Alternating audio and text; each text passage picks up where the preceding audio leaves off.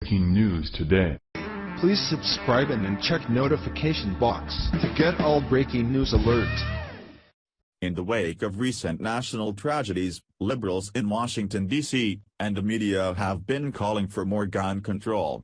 Democrats have pushed numerous new measures in recent weeks, measures that would not protect Americans from violence, but only deprive them of their Second Amendment rights. Now, a major news outlet is pushing their own plan, but there are a few details they are ignoring. Whenever a terrible shooting occurs in the country, the left jumps on the gun control bandwagon. They refuse to acknowledge the real reasons these shootings occur, pointing only to the existence of guns. If the killer couldn't get their hands on a gun, this wouldn't have happened, is their common claim. Really? They can't accept the fact that, with or without guns, these sick people would seek to cause harm. Democrats are quick to find the easy, least effective answer to a problem. Instead of confronting the motivations of killers and terrorists, they want to deprive law-abiding Americans of their right to bear arms. Now, even a media outlet is pushing for gun control.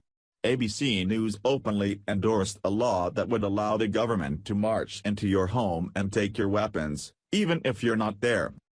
According to ABC News, an Extreme Risk Protection Order, ERPO, empowers family members and police to take guns away from a person who may pose a danger to themselves or others. The person's access to firearms is blocked until they can demonstrate that the risk is over. Essentially, ERPOs are a temporary restraining order for guns.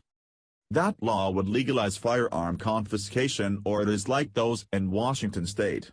Such orders allow a judge to issue an ex parte order for the confiscation of an American's firearms. This means the order can be issued without the firearm owner even being present for the process. His or her first knowledge of the order would come when police knock on their door to sweep the house for firearms. Source: Breitbart. So basically, if your parents are upset with you because you didn't visit them on Thanksgiving, they can order the government to take your guns, simply by claiming that you are a danger. Although that sounds unlikely, think about a bad breakup, where a scorned ex-lover wants to dish out damage. How easy would it be to cause their innocent ex grief? Sound crazy? Yeah, because it is. Think about it, this law would treat a person who never committed a crime like a criminal without any due process. To back this shocking measure, ABC News cites that 4,500 Americans died from gun violence in August. An amazing figure, but one that isn't accurate. In fact, ABC News reported that Everytown claims 4,500 Americans died due to gun violence in August of this year. This claim is misleading in a number of ways. For one, it does not differentiate between Americans who die due to suicide versus those who die via gun crime, homicide. Gun crime only makes up 1/3 of gun deaths each year in America. 2/3 of the deaths are suicides. The second misleading aspect of claiming 4,500 Americans died due to gun violence in August is that the annual average for gun deaths is 31,000 to 33,000. And the vast majority of these are suicides, as previously noted. If 4,500 were being killed each month, that would push the total number of gun deaths to 54,000 annually, which is an outlandish claim. Once again, the liberal media is distorting the facts to push their agenda. They don't care how flawed their statistics are, they just want to mislead you so that you'll support their un-American plan. For a news agency to even be endorsing legislation is a shocking breach of journalistic ethics. The media is supposed to be impartial, reporting just the facts. For a long time, we know this hasn't been the case with mainstream news. Yet, to openly do this today proves they no longer care about pretending to be honest or unbiased. These kinds of orders already exist in states like Oregon, Connecticut, California, and Washington.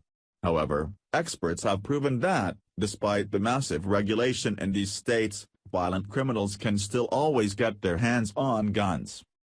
UCLA law professor Adam Winkler spoke with the National Journal about the orders and explained that they would not have stopped California shooter Elliot Roger nor would they have stopped Sandy Hook Elementary School gunman Adam Lanza. The reason in both cases is because family would have had to recognize the propensity for violence in the two attackers, for the purposes of securing a confiscation order, and there is no indication that either family did. So, what would these confiscation measures be effective at? Preventing and disarming law-abiding Americans. Time and again, we learned that heavy gun control only harms innocent Americans. The more gun control in a region, the more the public are sitting ducks. Just look at gun control Chicago, where violent gun-related crime is out of control. Be sure to spread the word about this nefarious scheme to take your guns. Tell your local and state leaders you will not accept it. Share the story and leave a comment by clicking one of the buttons below. Follow us on Facebook at Mad World News.